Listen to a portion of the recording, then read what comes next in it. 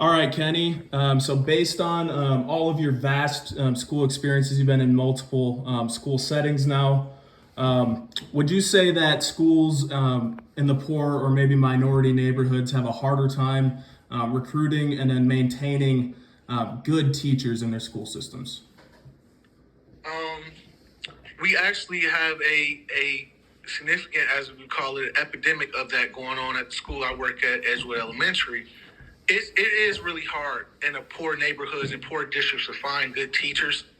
And when you do find the good teachers, it's hard to keep them there because it's not only just about the pay, how much they might be getting paid, but it's about, okay, do I feel comfortable being in that school setting? Do I feel comfortable, teaching these kids, knowing that my peers, my colleagues around me will support me as well? That for a district that I'm in is really hard and it's really tough because you only get a handful. You can count on one hand of like 3 or 4 teachers that really pour in. You got the rest that are kind of always the Debbie Downers. Always oh, I got to come into work. I got to deal with this kid. Not seeing the positive. Okay, I get to work with young minds. I get to mold and shape young people and becoming older and more mature older people. And it's at Heights, definitely at elementary. It's sad. For one example, I have a teacher. She's very gifted, really, really smart. But you can tell her attitude is what kind of throws people off with her. Is not having an upbeat attitude. She kind of goes into work and be like, here go this again. How do I deal with these kids? Instead of taking the good with the bad that way, looking at it as not a negative but a positive. Okay, this is just a new day to shape his mind. It's a new day to see what he likes, what does he or she like. What do they not like? What really gets them motivated? What doesn't get them motivated? What's about them? Let me find out what about them makes them tick and what makes them happy. Really going to understand their students and other people. That's kind of the thing where I'm at kind of lax. And it's more of, okay, let's just get through the day, get them huddled up in one spot. They're doing some work. I ain't got to hear their mouth all day. That, like, in my eyes, that's not a good teacher. A teacher is somebody who molds and shapes a person, who really brings out the best out of them, and they can bring out the best out of their others around them from said person. Like, and that goes into being a mentor, pouring into them the right way. So that's my take on it. Yeah, very, very, very good. And then, kind of as a student, thinking back on like your Muskegon days, when you would get a teacher, especially in a school setting that you went to, that was turned off, that didn't feel like pouring into you guys, that was just going through the motions. How much did that affect your motivation to become like a better learner? At some points it did. I had certain teachers that just kind of just, you're just basically going to stay here. You're not going nowhere. Like, so we're just going to go through the motions today, tomorrow, next week, and then graduate and get you out the door. They didn't really pour into me. I feel like at times in a way of, okay, seeing me, okay, you have great potential.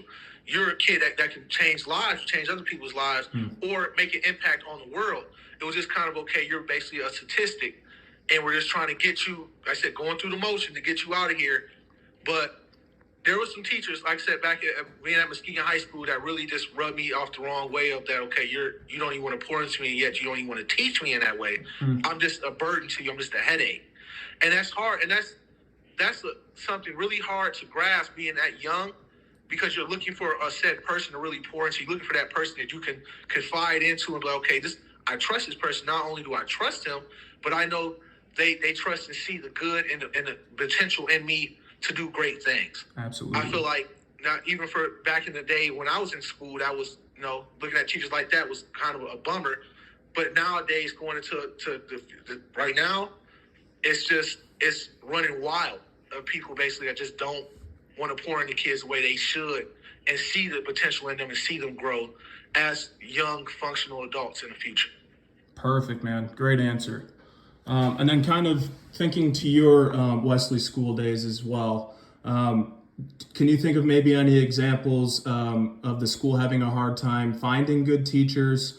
And if maybe that's not the case, teachers maybe treating students not equally inside the classroom based on maybe differences in where they came from, stuff like that. Yeah, and I think, I worked with individuals with special needs, so it's probably a little bit different. But because we wanted to be there. Like, we wanted to work with that population that most people don't go into that if they don't want to work with kids with special needs. So we didn't see it as much, but there were definitely times where you could tell, like, the teachers had maybe favorites, and they kind of tended to like somebody that maybe came from somewhere that had a little bit more to offer than the kids who didn't have as much to offer. So yeah, that definitely happened. Did we lose them? No, we were on low power mode. Oh, no. And then kind of just to wrap this last little question up, based on all your experiences and now you being a big influential mentor at Muskegon Heights, in the role that you have now, how important is it to have not just good teachers, but good mentors and just good people in schools such as Muskegon Heights? It plays a big factor, getting different perspectives, different opinions on different things that you might see in one way that a person might see in another, and be like, okay, well, I feel like if you change your perspective or this, you might get this type of different result. That's really good for somebody, especially somebody like myself, just starting out being a full-time resource teacher for the little ones. This was something, walking into it was like, this is new. All I did was older kids. Now I'm going to be with the younger kids. How can I motivate? How can I get to them? And I give full credit to the people that's been in my life. My mom, Seth McCullough, my biggest mentor, people that pour into me the right way. And I can reciprocate that back, not only to people my age, but the younger youth, to get them to see, look, this is when you're guided in the right way, when you connect yourself around the right people that mean well for you, and I want to see you grow and succeed. This is what the trickle-down effect in a positive way, what can happen in your life, and the avenues and the heights you can take it, regardless of whatever you want to do.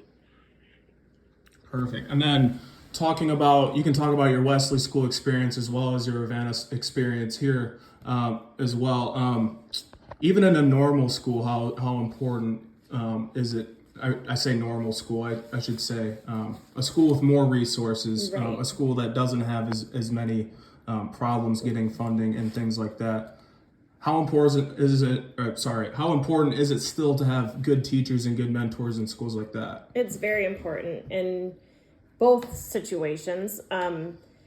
It's different to mentor when you're mentoring individuals with special needs. They just have different needs, and they need more care and love and support that way.